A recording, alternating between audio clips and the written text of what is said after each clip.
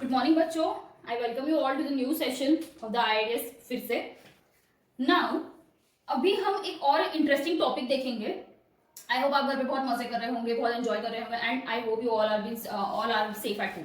Okay, so अब हम देखेंगे एक थोड़ा इंपॉर्टेंट कॉन्सेप्ट। ठीक है, हमने बेडरूम आज तक ऐसा टॉपिक है कि मतलब आपने ऑब्वियसली स्टडी किया होगा, बट इन केस आपने इसके बारे में नहीं पढ़ा होगा, बट तो डोंट वरी अबाउट इट। आज हम बहुत इंटरेस्टिंगली और बहुत डीपली इसको पढ़ेंगे।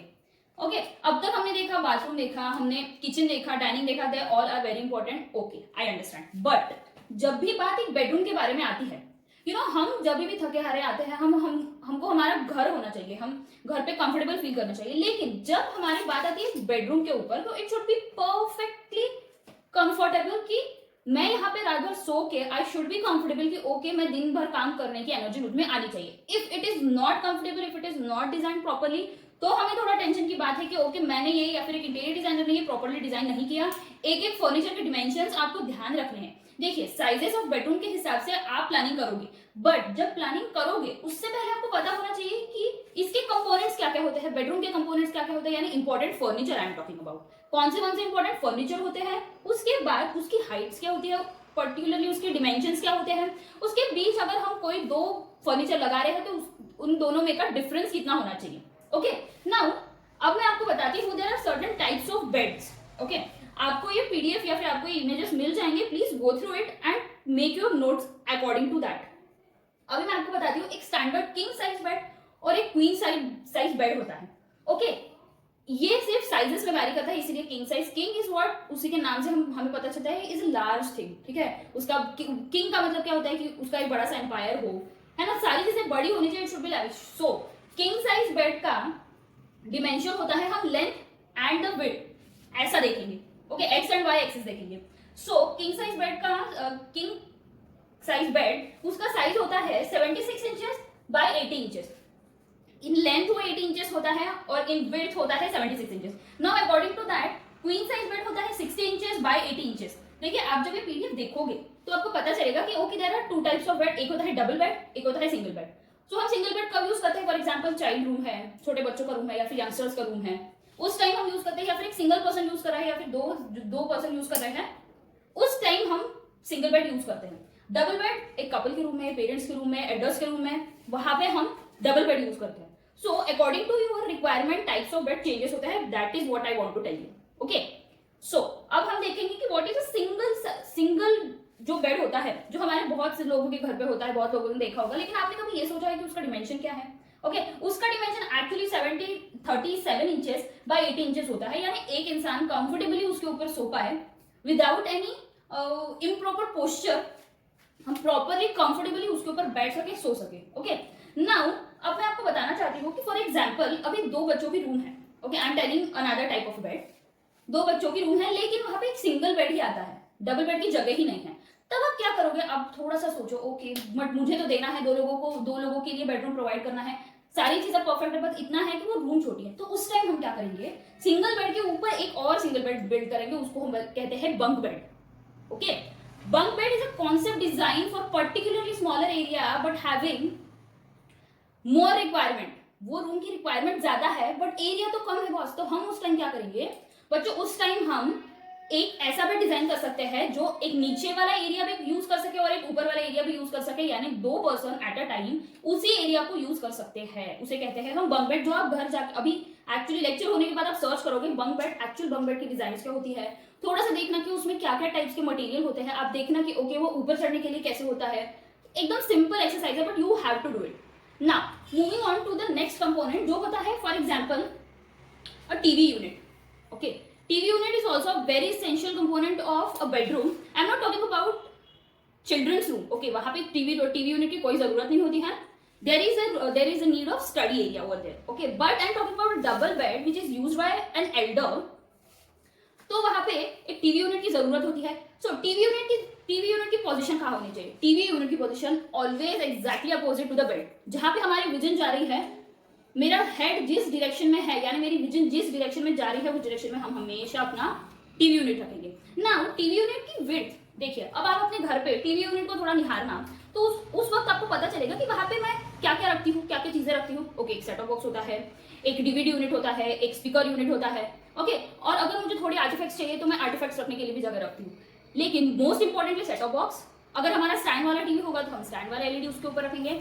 हमारे 2-3 कंपोनेंट्स होते हैं, सो उसकी विड्थ आप देखोगे तो ज्यादा नहीं होती है 12 इंचेस, या 12 इंचेस से थोड़ा ज्यादा नहीं, 13 इंची 14 इंची, बस इतना ही होता है सेट ऑफ बॉक्स का डिमेंशन। या फिर आप अभी अपने घर पे सेट ऑफ बॉक्स का डिमेंशन देखोगे तो आपको समझेगा कि okay that can be lesser than 12 inches. So हमें जब एक टीवी यूनिट डिजाइन करना है तो आपको ये समझना पड़ेगा कि वो 15 इंची से 18 इंची के ऊपर नहीं देना है। ओके, उसके ऊपर कोई हमें खाना बनाना नहीं है, हमें उसके ऊपर कोई प्लेट्स नहीं रखनी है, तो हमें 24 इंचेस तक जाने की जरूरत नहीं है। 18 इंची is sufficient, but if you are making it a very lavish, हाँ उस टाइम आप दे सकते हो 24 inches. If there is a provision of कि बहुत बड़ा एरिया है और वहां पे छोटा सा टीवी यूनिट देने का कोई मतलब नहीं है, बट उस टाइम आप 24 इंचेस का दे सकते हो। बट अगर आपके रूम में जगह का थोड़ा प्रॉब्लम है and if you consider the standard, उसमें 15 से 18 इंच में आराम से अपना काम हो जाता है। एंड यस, आपके हाइट आपके डिजाइन के अकॉर्डिंग वैरी होगी। आप बिल्कुल एक सिंपल लेज दे सकते हो जो 18 इंच तक वैरी करता है। इतना समझ लीजिए कि वो टेबल नहीं है, हम उसके ऊपर बैठ के खाना नहीं खाने वाले हैं, हम उसके ऊपर छोटी छोटी जो रिक्वायर्ड चीजें हैं वो रखने वाले हैं। ओके, उसके बाद आप डिजाइन वैरी कर सकते हो, उसमें ड्रॉर्स लगा सकते हो, उसमें एक सिंपल लेज दे सकते हो, ओपन लेज दे सकते हो, या फिर शटर्स दे सकते हो। It all upon you, but इतना ध्यान में रखना है कि उसकी हाइट एकदम 30 इंचेस में ना चली जाए। उसकी हाइट ऐसे रखनी है, फॉर एग्जाम्पल मैंने एकदम 3 इंची की स्कर्टिंग छोड़ दी। ओके, अभी आपको ये थोड़ा थोड़ा फर्नीचर डिटेलिंग में 1-2 चीजें समझनी पड़ेगी कि देखिए स्कर्टिंग हम हमेशा हर एक फर्नीचर में देंगे। ओके, अभी there are some exceptions, if आपकी डिजाइन एकदम ही लैविश है, एकदम ही अलग है, उसमें आप स्कर्टिंग दिखाना नहीं चाहते तो वो अलग पार्ट है। लेकिन 99.99% हम हर एक चीज में, हर एक फर्नीचर में स्कर्टिंग दिखाते हैं। आप अपने आजू बाजू देख लीजिए, आप अपना स्टडी टेबल नहीं आ रही है तो आपको पता चलेगा ओके हमारे इसमें स्कर्टिंग होती है which is always of the 3 inches. उसके बाद आप अपनी डिजाइन स्टार्ट करोगे। Anything it can be, drawer आप दे सकते हो 8 इंच का दे सकते हो, ड्रॉवर आप दे सकते हो 10 इंच का दे सकते हो। It all depends upon you, but इतना ध्यान में रखना है कि उसका पर्पस क्या है ना। उसके बाद हम मूव करते हैं, बेड के आजू बाजू हमें चीजें रखने के लिए जगह होनी चाहिए। ओके, साइड टेबल हम जिसे कहेंगे। देखिए हम ये प्लान में देख सकते हैं कि साइड टेबल दिया हुआ है।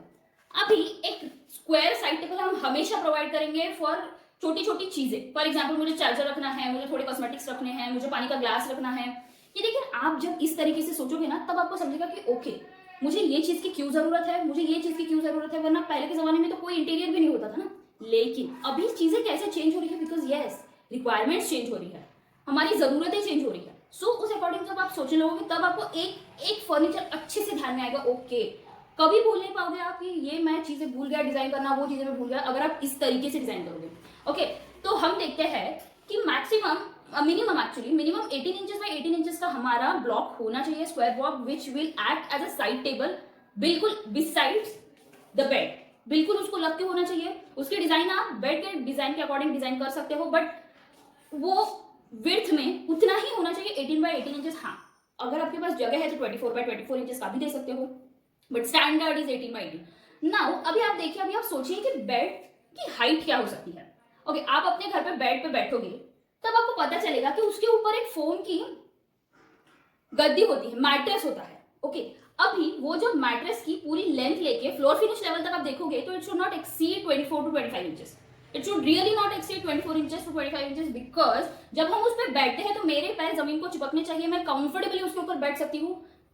जब मैं एक अडल्ट की बात करती हूँ, मैं छोटे बच्चों की बात नहीं कर रही हूँ, या फिर छोटे बच्चों के बेड के बारे में भी हम देखेंगे। लेकिन हम पहले अभी बात कर रहे हैं कि कोई भी स्टैंडर्ड बेड होता है उसकी स्टैंडर्ड हाइट 24 to 25 इंचेस ही होती है हमेशा, इंक्लूडिंग द मैट्रेस। अभी मैट्रेस के साइजेस होते हैं according to the company vary करता है, फीदर कंपनी का वैरी कर सकता है 6 इंचेस, 5 इंचेस, 4 इंचेस। ये स्टैंडर्ड हाइट्स होती है। विड्थ होती है एक्चुअली मैट्रेसेस की जो ये गद्दे के ऊपर डाली जाती है, वो इंक्लूड करके हमारी हाइट आनी चाहिए 24 इंचेस। ओके, नाउ छोटे बच्चों के बेड की भी हाइट उतनी ही होगी बिकॉज वो स्टैंडर्ड साइज है, उससे छोटा हम नहीं बना सकते हैं। नाउ अभी हम देखेंगे कि यहाँ पे एक प्लान में अच्छा कंपोनेंट ऐड किया हुआ है। मैंने बेड के तुरंत सामने एक सोफा रखा हुआ है। मैंने ये अच्छे से डिजाइन किया हुआ है, मुझे बहुत अच्छा रूम का स्पेस मिल रहा था तो मैंने और एक कंपोनेंट इसमें ऐड कर दिया। नाउ अब मैं सोचूंगी कि यार मुझे जब इस जगह से जाना है तो whether I be able to go, है ना। मैं ये सोचूंगी ना कि ओके अगर मुझे यहाँ से कुछ करना है, यहाँ से कुछ जाना आना है, या फिर इसके पीछे मेरी कोई चीज गिर गई तो मैं उठा पाऊंगी, है ना। मैं ये सोफा तो हर घर नहीं हिलाऊंगी। तो यही काम है हमारा, हम प्रॉपर सर्कुलेशन देखेंगे। नाउ हमारे दिमाग में एक चीज आनी चाहिए कि यहाँ पे अगर मैं एक इंसान जा पा रहा है तो उसके लिए कितनी जगह चाहिए, तो 24 इंचेस मिनिमम जगह चाहिए कि मैं प्रॉपरली यहाँ से जाके आ सकूं। ओके, ये होता है दो फर्नीचर के बीच का डिफरेंस। नाउ अब हमने देख लिया है कि ये बेडरूम के इंपॉर्टेंस क्या होते हैं। अभी मैं आपको एक बात बताना चाहती हूँ कि देखिए, जब आप बेड बनाओगे ना तो बेड में एक स्टोरेज की भी जगह होती है। देखिए, मैं आपको अर्गोनॉमिक्स के साथ सारे पॉसिबल इंपॉर्टेंट कंपोनेंट्स बता रही हूँ कि जब भी आप एक बेडरूम डिजाइन करोगे, ठीक है, उसके साथ आपको फर्नीचर भी तो डिजाइन करना है ना। तो अभी हमने जितनी भी सारी चीजें देखी थी अब तक, यानी वॉशरूम देखा, बेडरूम देखा, वॉशरूम देखा, किचन देखा, उसमें भी हमने देखा कि yes there is a below counter storage. तो यहाँ पे भी बेडरूम में स्टोरेज आते हैं। ओके, तो दो चीजों में हम स्टोर कर सकते हैं, एक तो है वार्डरोब और दूसरी बात है ये बेड। बेड के अंदर हम हमारे अकॉर्डिंग स्टोरेज रख सकते हैं, whether it can be a trolley, हम ट्रॉली से भी खींच सकते हैं जिसके अंदर ये स्टोर करेगा, या फिर आपने पुराने जमाने में या फिर अपने घर पे भी देखा होगा कि एक ओपनेबल शटर होता है, उसके अंदर वैसे भी हम स्टोर कर सकते हैं। I am just telling you the possibilities. Now moving on to the next component which is, देखिए यहाँ पे आपको दिखेगा कि दिस इज अ क्लोजेट। तो मैंने एक अलग क्लोजेट डिजाइन किया है इधर आने के लिए, यानी I have not given the closet or a wardrobe in the room. I have made a single another room which is called dressing. ठीक है, हम ड्रेसिंग कहेंगे उसे। नाउ जब मैं ड्रेसिंग में wardrobe दूंगी तो I should know the standards. अभी मैं बता रही हूँ आपको कि for example, take first example कि हमारे पास दो टाइप्स ऑफ wardrobe है। एक है ओपनेबल शटर वाला, जिसके जैसे हमारे शटर ओपन होते हैं हिंजेस वाले, ओके, और दूसरा होता है स्लाइडिंग वाला। नाउ हमारे ओपनेबल शटर की वार्डरोब की विड्थ हमेशा 24 इंचेस रहेगी, और जो स्लाइडिंग वाले शटर होते हैं वो 2 फीट 3 इंचेस होगी, यानी 27 इंचेस होगा। जब मैं स्लाइडिंग डोर की बात कर रही हूँ तब मेरे 3 इंच और बढ़ जाएंगे क्योंकि मुझे वो चैनल लगाना है। सो वो वार्डरोब मेरा 27 इंचेस डेप्थ में बनेगा, और मैं अगर ओपनेबल शटर बना रही हूँ तो वो 24 इंचेस में बनेगा। Okay, now getting my point. मैंने विड्थ बना दी क्योंकि वो बहुत इंपॉर्टेंट है। जब भी मैं ड्राइंग बनाऊंगी मुझे सर्कुलेशन स्पेस के लिए पता होना चाहिए कि वार्डरोब के बाद कितनी जगह है मेरे पास यूटिलाइज करने के लिए। नाउ अब talking about the height of the wardrobe. देखिए, आप अपने घर पे भी वार्डरोब देखोगे तो वो हमेशा जो पैनल्स होते हैं वो हमेशा लिंटल लेवल तक के होते हैं। गेटिंग माय पॉइंट, यानी इसकी हाइट है 7 फीट, लेकिन उसके बाद ओवरहेड कैबिनेट्स भी होते हैं, ओवरहेड स्टोरेज भी होता है, वो थ्रू आउट द सीलिंग हम भेज सकते हैं। सीलिंग की हाइट वारी हो सकती है, इसीलिए ऊपर का हम हमारी हाइट के अकॉर्डिंग डिसाइड करेंगे, लेकिन जो हमारा पैनल है वो हमेशा 7 फीट तक ही रहेगा। Getting my point. हमने दो टाइप्स ऑफ वार्डरोब देख लिया, एक तो ओपनेबल शटर वाला देख लिया, और दूसरी बात हमने देख लिया स्लाइडिंग वाला। स्लाइडिंग वाले वार्डरोब की डेप्थ होती है 27 इंचेस और ओपनेबल शटर वाली होती है 24 inches. Now moving on to the next important component जो है ड्रेसिंग यूनिट। देखिए, ड्रेसिंग यूनिट में ड्रेसिंग टेबल या फिर ड्रेसिंग एरिया बहुत इंपॉर्टेंट होता है, बिकॉज मैंने क्लोजेट इसीलिए बनाया है, या फिर एक ड्रेसिंग यूनिट ड्रेसिंग एरिया इसीलिए बनाया है कि मुझे कोई डिस्टर्बेंस नहीं चाहिए while I am getting ready. Okay, so मैं ऐसा एरिया डिजाइन करूंगी जिसके सामने मैं बैठ सकती हूँ। अभी आपको एक थोड़ा सा छोटा सा होमवर्क करना है, जो है इस बात को समझिए आप कि जब मैं एक डाइनिंग चेयर ले रही हूँ और मैं ड्रेसिंग के सामने जो चेयर ले रही हूँ, या फिर एक छोटा सा पफी ले रही हूँ, उसमें थोड़ा डिफरेंस होगा, है ना।